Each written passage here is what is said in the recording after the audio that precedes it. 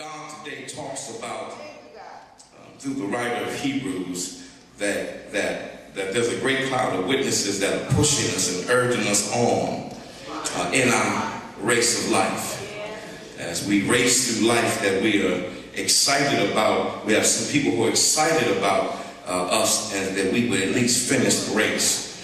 Not talking about who finished first, not talking about who finished second, not talking about, but it's saying at least finish. And I know because there's some stuff that come in life that causes you to be weighted down.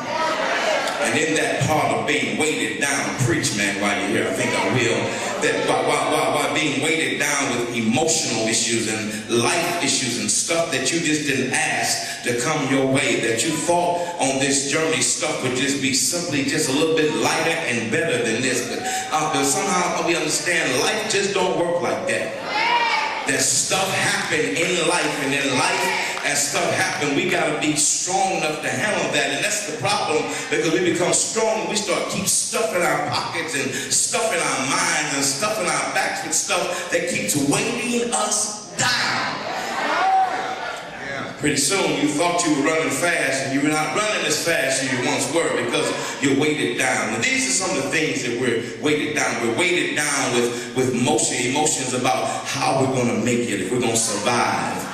Life has hit us with some ton of bricks, and some things have not worked out financially for us. But not only financially, now we got loved ones who are sick and are ailing now, and we're trying to care for them. And as we try to care for them, then all of a sudden there's a loss of life that we never had to deal with before. The loss of a mother or father, brother or sister, and we're still trying to cope with that because nobody told us that these days were coming. And in those days coming, we still reminisce and go in our minds back to the good times, to the good days, the days where things were well, not knowing that even that has weighted us down because we've not released that. I'm talking to you today. That you're holding on to some stuff and you're holding on to some things that are weighting you down.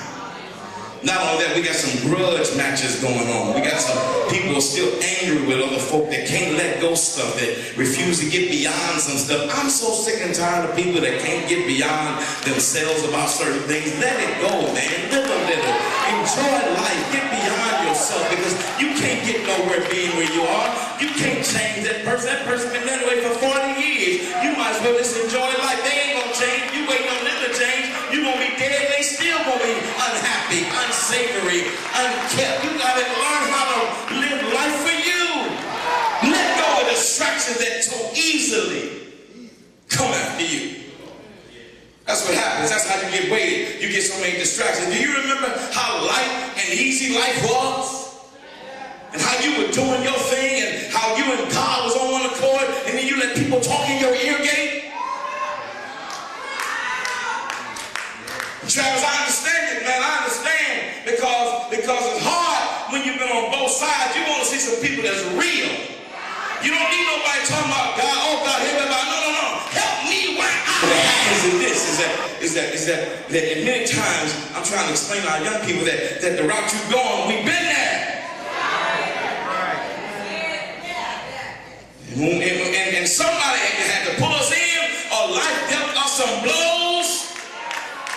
And when you've been, I wish I had anybody now that really understood that when you can go back a few years, just a few years, and go back and you think about all the mistakes you made and all the things that happened to you, and to think that God is still on your side. He's still making things happen for you, no matter